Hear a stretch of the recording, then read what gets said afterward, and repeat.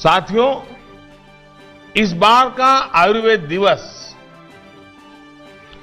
गुजरात और राजस्थान के लिए विशेष है। हमारे युवा साथियों के लिए भी विशेष है।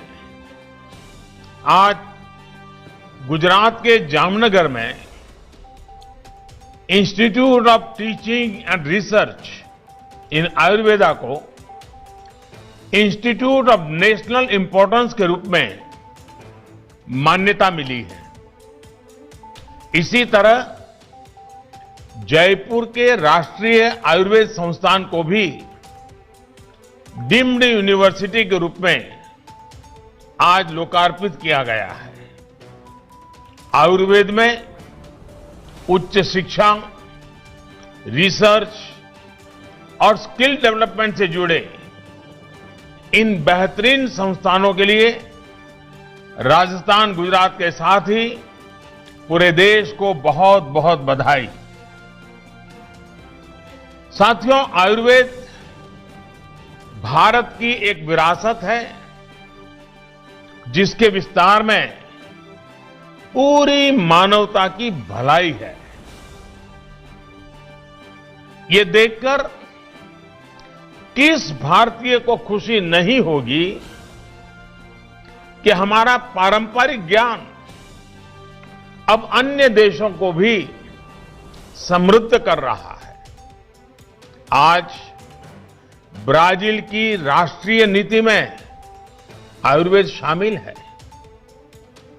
भारत अमेरिका संबंध हो, भारत जर्मनी रिश्ते हो, आयुष और भारतीय पारंपरिक चिकित्सा पद्धति से जुड़ा सहयोग निरंतर बढ़ रहा है।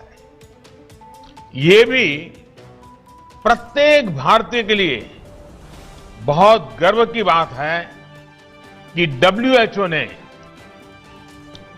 और अभी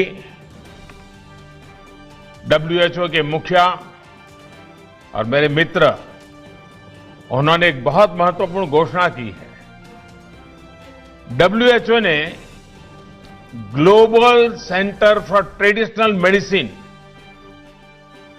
इसकी स्थापना के लिए दुनिया में से भारत को चुना है और अब भारत में से दुनिया के लिए इस दिशा में काम होगा। भारत को ये बड़ी जिम्मेदारी सौंपने के लिए मैं वर्ल्ड हेल्थ ऑर्गेनाइजेशन का, विशेष रूप से WHO के महानिर्देशक मेरे मित्र डॉक्टर टेड्रोस का भी हृदय से आभार व्यक्त करता हूं। मुझे विश्वास है कि जिस प्रकार Bharat pharmacy of the world इस रूप में उभरा है, उसी प्रकार पारंपरिक चिकित्सा का यह सेंटर भी ग्लोबल वेलनेस का सेंटर बनेगा।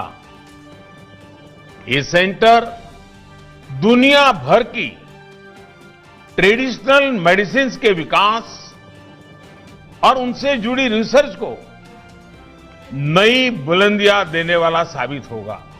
1.5 लाख हेल्थ और वेलनेस सेंटर्स हिंदुस्तान के कोने कोने में तैयार किए जा रहे हैं। इनमें विशेष तौर पर 12,500 से ज्यादा आयुष वेलनेस सेंटर्स पूरी तरह आयुर्वेद को समर्पित हैं, आयुर्वेद से जुड़े बन रहे हैं। साथियों, वेलनेस का ये भारतीय दर्शन आज पूरी दुनिया को आकर्षित कर रहा है। कोरोना के इस मुश्किल समय ने फिर दिखाया है कि हेल्थ एंड वेलनेस से जुड़ी भारत की ये पारंपरिक विद्या कितनी कारगर है। जब कोरोना से मुकाबले के लिए कोई प्रभावी तरीका नहीं था, तो भारत के घर घर में हल्दी, दूध और काढ़ा जैसे अनेक इम्यूनिटी बूस्टर उपाय बहुत काम आए।